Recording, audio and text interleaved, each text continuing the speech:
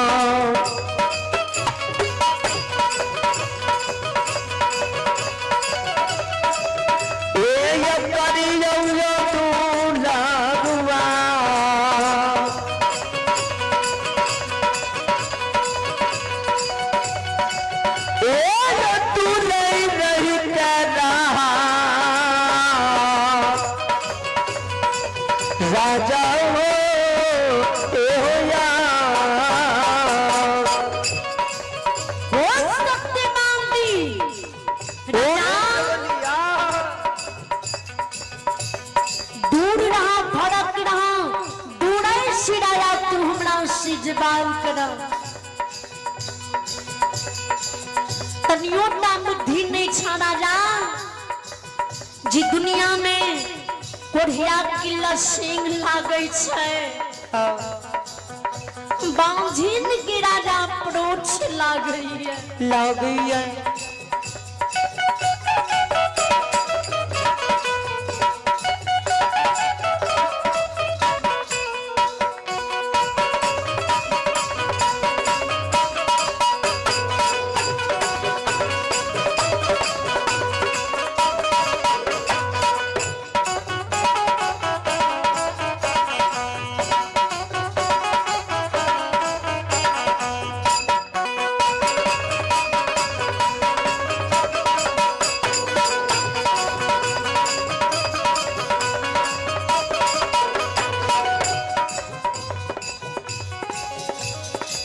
हे पकोड़ी ग्राम की बाबू भैया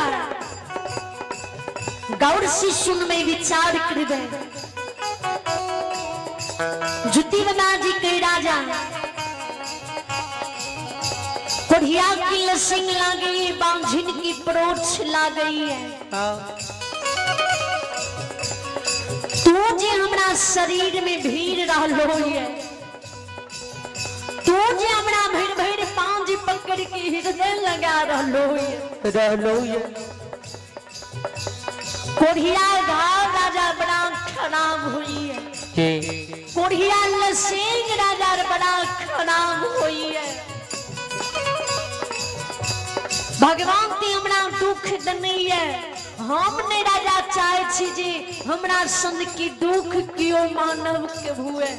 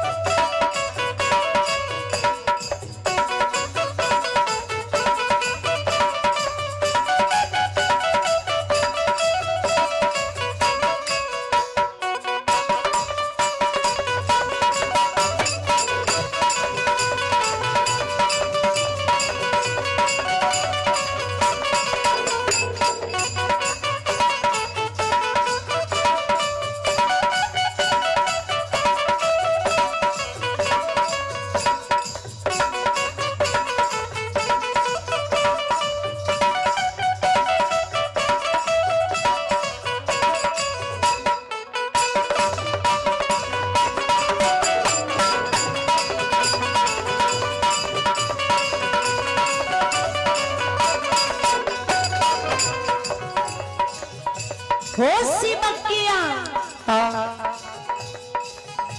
जहाँ तो हमारा शरीर में भीड़ रही हो जहाँ तोरा राजा कोढ़िया लसींग लग जिता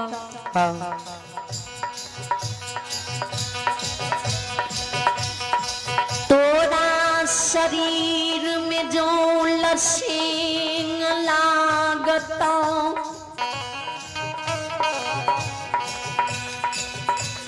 रानी चंद्रावती खलजता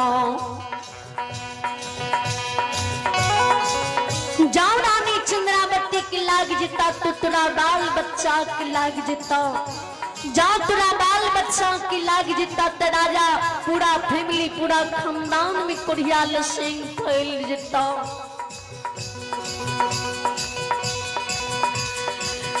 सब की राजा कोढ़िया घाव भा जता कोढ़िया लसेंग लाग जता बाल बच्चा की राजा शादी विवाह नहीं होता समाज के लोग तोरा राजा आग पानी ढाट देता नहीं समाज तोरा द्वार अता और नहीं समाज के लोग तोरा द्वार से निकल जाए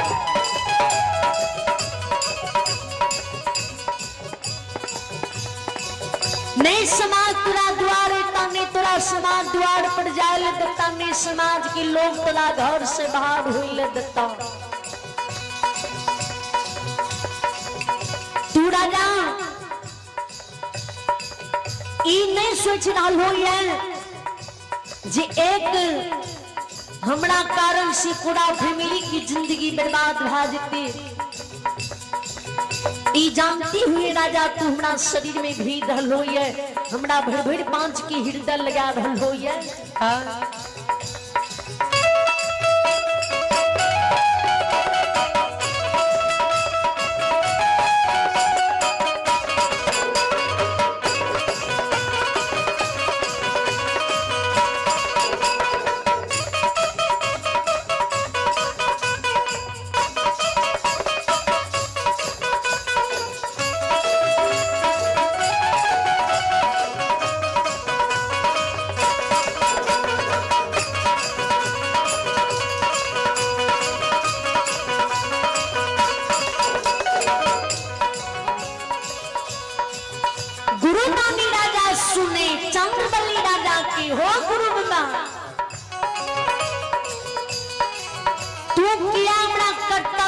से रोकै छो